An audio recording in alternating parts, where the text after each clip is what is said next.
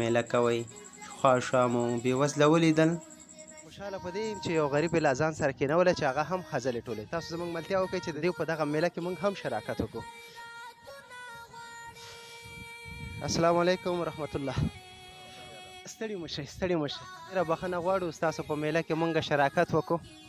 دا ګل نومونه مو که راته ووایئ. نوم مې نبي الله دی، ننګرهار هسکه مې ولسوالۍ. ډېره لا ښایسته نوم دی. نوم مې اسماعیل دی، د ښار اوسېدونکی یم جلال آباد. خوشحاله اوسئ. نوم مې جاوید عثمان زی د خیوې ولسوالۍ اوسېدونکی. دا څوک دی؟ دا یو غریب و، د ګرځېده ځان سره م کېنوو چې یو چې ورکړو چې وخوري. جزاک الله خیر.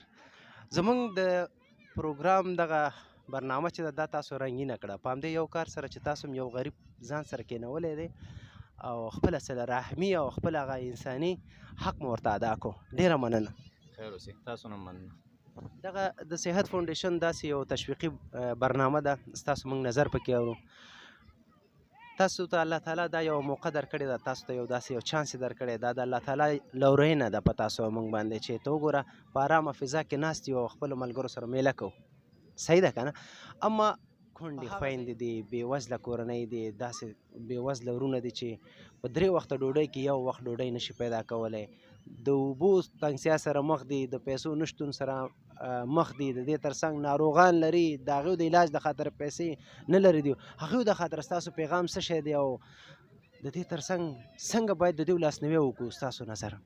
نو ټول نه بهتره دا ده چې اضافه خرچې یعنې فضول خرچې دلته پارک راځي 100 200 300 مصرفوي، دا 100 په ځان مصرف کړي 100 د غریب ته ورکړي او د هغوی لاسنیوی وکړي. ټول نه بهتره دا کار دی. او که چېرته ګاونډ کې داسې غریب سړی وي یا غریب کس وي چې د شپې لري او د سهار نه لري، سهار لري د شپې نه لري، چې ځان ته وړي لږ د هغې ته ویسي. حدیث شریف راځي وایي کوم شی چې ځان ته خوښوي هغه بل مسلمان ته هم خوښ کړه. او یو بل حدیث هم داسې دی چې کور کې داسې شوروا پخوي یا غوښه پخوي چې شی کې شوروا یې دونه اضافه کړه چې یو کاسه ګاونډي ته ورکړي چې د هغې کار روان شي. څومره ښه، ډېر ښه ډېر ښه. د پیغمبر صلی الله علیه وسلم کومې ویناوې چې موږ او تاسو ته پاتې دي هغې کې ټولو کې خیر. الرحمن الرحیم. ډېره له وروره تاسو نه ډېره بښنه غواړو چې ستاسو میله هم خرابه کړله. تاسو چپس کېدئ او خوند واخلئ او الله تعالی دې تاسو ته نور هم د دې توفیق درکړي.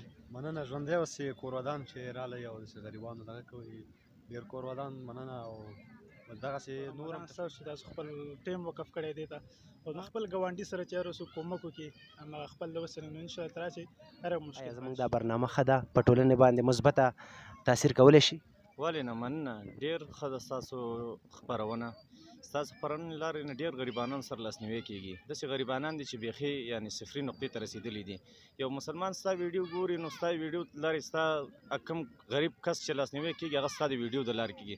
تاسو ته د خدای نور هم توفیق درکړي، توان درکړي چې داسې خیریه بنسټونه جوړ کړي او کوم چې تاسو جوړ کړی ستاسو د پروګرام لارې دا کم خلک چې تشویقېږي خدای تاسو ته اجرونه درکړي او دا په داسې سختو حالاتو کې دا ډېر غټ وظیفه ده. ډېره مننه. خوشحاله اوسئ. ډیره مننه دوستانو، دا چې ویډیو مو تر دې دمه ولیدله په دې هیله چې ستاسو د پام وړ ګرځېدلې وي.